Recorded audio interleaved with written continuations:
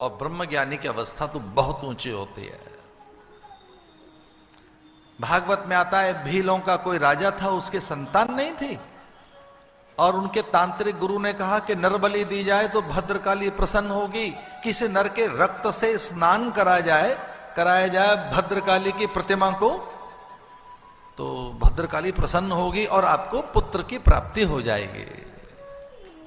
लेकिन नर बलि देनी होगी, किसी स्वस्थ व्यक्ति के सर धड़ को अलग कर और जब उसका सर काटा जाए तो रक्त का फव्वारा निकलेगा और उससे उस रक्त से स्नान करा जाए भद्रकाली को, दुर्गा को,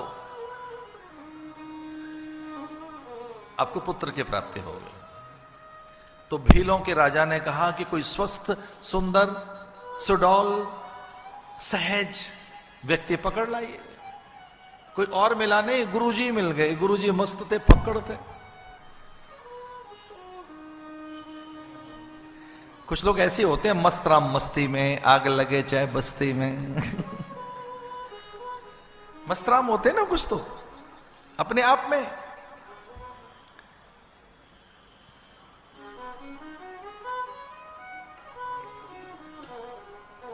क्षमा कर देना, कुछ लोग तो यहां तक कहते हैं दम मारो दम मिट जाए कम, कमाई की दुनिया खाएंगे हम अरे महाराज क्या क्या बातें नहीं करते लोग। अजगर करे न चाकरी, पंछी करे न काम। साधुओं ने अपने मतलब की पता नहीं कितनी बातें ढूंढी। मस्त राम उनको पकड़ लाए, गुरु को पकड़ लाए, ब्रह्म ज्ञानी को। बस ब्रह्म ज्ञानी उसे ही कहा जा सकता है जो देह गेह से पृथक रहता है, जिसे देहाभिमान नहीं रहता, जड़ाभिमान नहीं रहता, जिसे प्राणाध्यास नहीं रहता, देहाध्यास नहीं रहता, जो देह से विलग रहता है। यही तो सीखने के लिए भेजा सुखदेव मुनि को उनके पिता व्यास ने, कि ब्रह्मणियों के बीच में रहता है, सुंदरियों के बीच में रहता है, अपनी पत्नी के संग में रहता है, राजकाज करता है, दंड देता है, प्रजा का पालन करता है,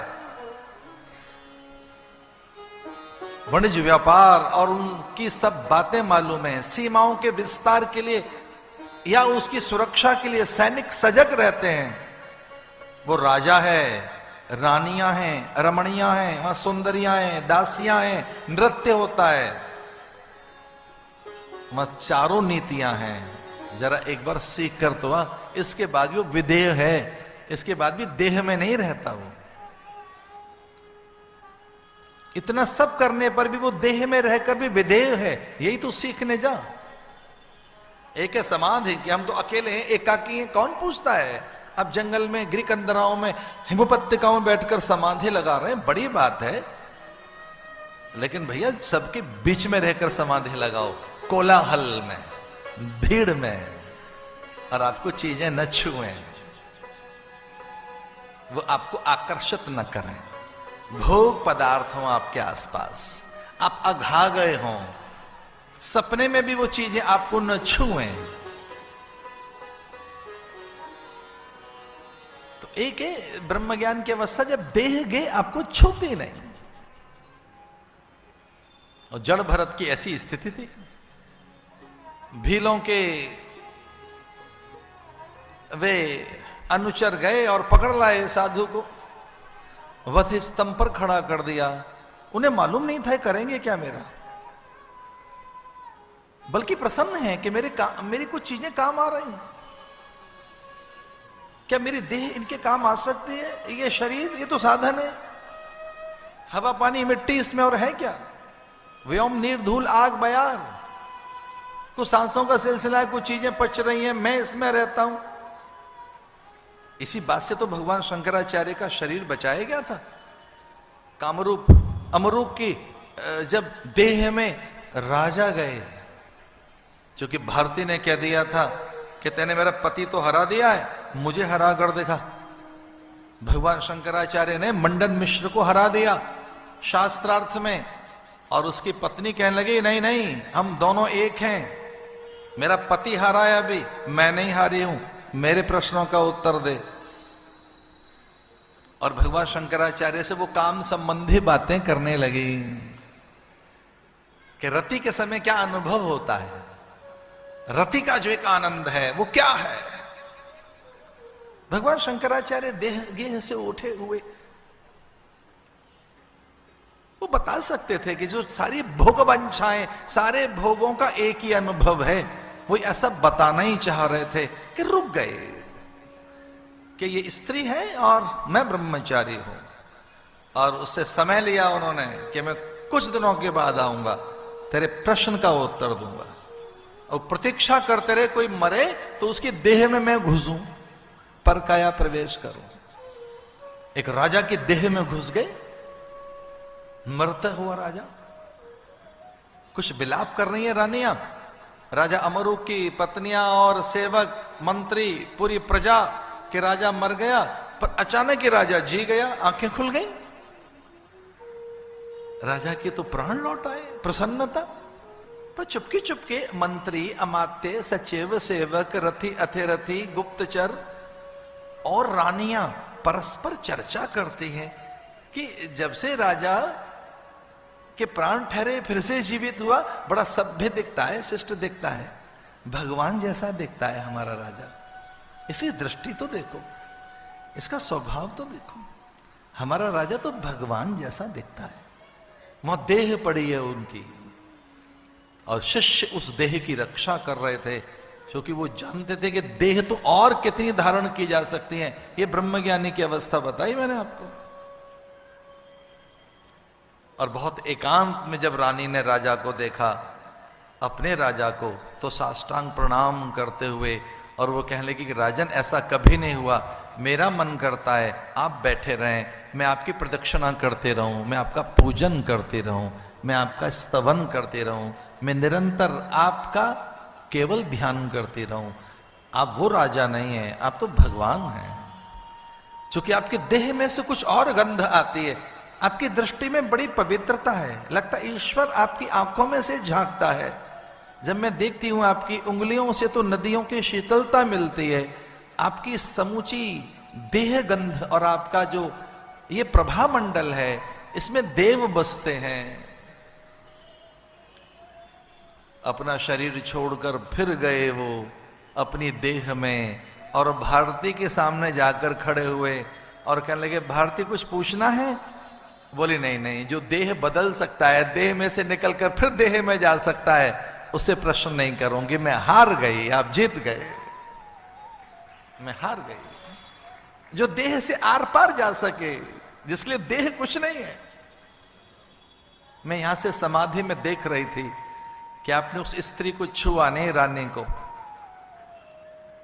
आप मुझे समझाने के लिए कि हाँ मैं एक शरीर धारण करके आया हूं, मैं भी गृहस्थ कुछ देर के लिए होकर आया हूं, पर जितनी देर के लिए भी आप गृहस्थ रहे, उतनी देर में भी गृहस्थ भाव ने आपको छुआ नहीं। सांसारिकता ने, भोगवांछाओं ने, किसी देह के आकर्षण ने आपको छुआ नहीं। क्यों भैया? सीधी सीधी बात है, हाथ में हीरा लग जाए तो कांच कौन पकड़ेगा? एक हाथ में अमृत का प्याला हो और दूसरे में सड़ा हुआ सिरका हो, जो जीभ खराब कर सकता हो, कल्पना कर सकते? तो ब्रह्म ज्ञान का अर्थ क्या है? कि रस, रसोवस। लेकिन मैं काम की निंदा भी नहीं करना चाहूंगा, कभी नहीं। काम एक रस है भैया, काम एक बड़ा रस है, और उसी का हम सब परिणाम है। काम की निंदा कभी नहीं की जा सकती, एक रस है वो। लेकिन अगर वो रस का अतिरेक हो तो व्यक्ति कामी कहलाता है, या कि फिर भोगी कहलाता है। तो काम का अगर नियंत्रण है, काम आपको, आप काम में, काम का अर्थ है संसार कितना भोगना है, चीजें कितनी चाहिए, पदार्थ कितने चाहिए।